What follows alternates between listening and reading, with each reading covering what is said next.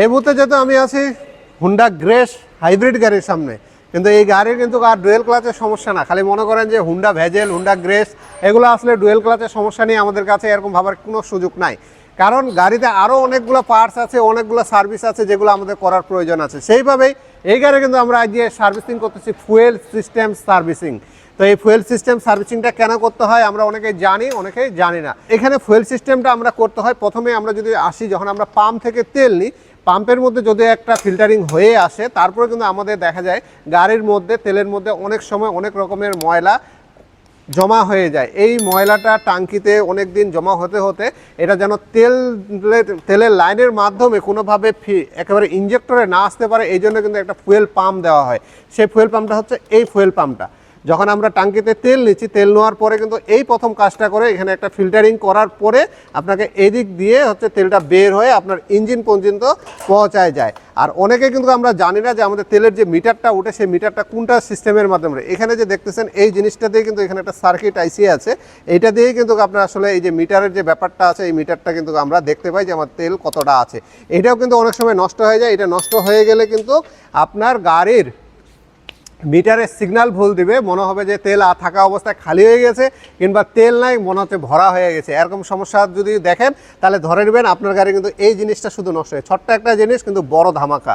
এই জিনিসটার কারণে কিন্তু আপনি রাস্তাও বিপদে পড়ে যেতে পারেন। যদি এরকম কখনো ফিল করেন যে আপনার গাড়িতে তেল নিচ্ছেন, তারপরে এটা মিটারটা উঠতেছে না কিংবা তেল কমে যাচ্ছে, তারপর মিটারটা নাপ দিচ্ছে না, তখনই ধরে নেবেন আপনার এটাতে কোনো একটা ইস্যু আছে।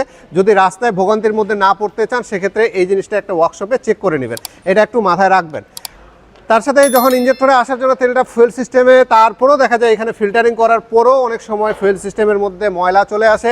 আমাদের যে এয়ার ফিল্টার বাতাস টানে, এই এয়ার ফিল্টার এর মাধ্যমেও হচ্ছে অনেক সময় যদি আমাদের একটা এয়ার ফিল্টার ব্যবহার করি, তারপর কিন্তু এটার কিছু ময়লা কিন্তু বাটারফ্লাই দিয়ে ইঞ্জিনের ভিতরে ঢুকে যায়। তো সেটা যে আপনার কোথায় জমা হয় সেটাও আপনাদেরকে একটু দেখাইতে হবে।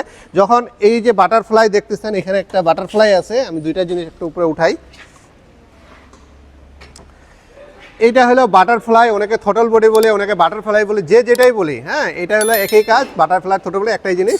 তো এখানে দিয়ে যখন বাতাসটা ঢুকে, এই বাতাসটা কিন্তু পাইপের মাধ্যমে সরাসরি চলে আসতে যায় এই মেনুপুলের মধ্যে। এই মেনুপুলের মধ্যেও কিন্তু ময়লা হচ্ছে, এখানেও যদি ময়লা, কারণ বাতাসটা এত স্পিডে যায়, অনেক সময় ফিল্টারিং করে এটা কমপ্লিট করতে পারে না, তখন কিন্তু আপনার এই জায়গাতেও একটা ময়লা হয়ে যায়। এই সব জিনিসগুলো ময়লা হওয়া, তার সাথে আপনার ইজিআর আছে, ম্যাপ সেন্সর আছে, তারপর হচ্ছে অক্সিজেন সেন্সর আছে, অনেকগুলো সেন্সরের ব্যাপার আছে, এখানে অনেকগুলো পার্টসের ব্যাপার আছে। এই সবগুলোর মধ্যে কিছু না কিছু ময়লা যেতে যেতে যেতে আস্তে আস্তে করে আপনার দেখা যায় পারফরমেন্স কমে যাওয়া শুরু করে। গাড়ি যখন পারফরমেন্স কমে যায়, এই তেলের লাইনের বাধা হয়, এরকম হওয়ার পরে আপনার আরপিএম কমে যায়, মাইলেজ কমে যায়, এরকম অনেক রকমের ইস্যু হয় যে আপনি মাইলেজ ভালো পাচ্ছেন, যে গাড়িতে আগে আপনি 10-12 পাচ্ছেন সেই গাড়ি মাইলেজ দেখেন 5-6 চলে আসে, এরকম অনেক গাড়ি পাইছে। আবার স্পার্ক প্লাগ আছে, স্পার্ক প্লাগও ময়লা চলে আসে। এইগুলোর এই পুরো সিস্টেমটার ময়লার কারণে স্পার্ক প্লাগও কিন্তু ময়লা চলে আসে, যখন তেলটা ভালো মানের পাবে না। আর আমাদের বাংলাদেশের তেলের কিন্তু কোয়ালিটি ভালো না, এটা সবাই জানি। ওই তেলটা ভালো না পাওয়ার কারণে আপনার স্পার্ক প্লাগে ময়লা চলে আসার কারণে আপনার হচ্ছে গাড়ির নকিংয়ের পরিমাণ বাড়ে যাবে, কিংবা আদার্স আরও প্রবলেম দেখা দিবে, মাইলেজ কমে যাবে, এগুলো কিন্তু সমস্যা দেখা দিবে। তো আপনার এটা ঠিক রাখার জন্য স্পিড অটোকে চলে আসবেন।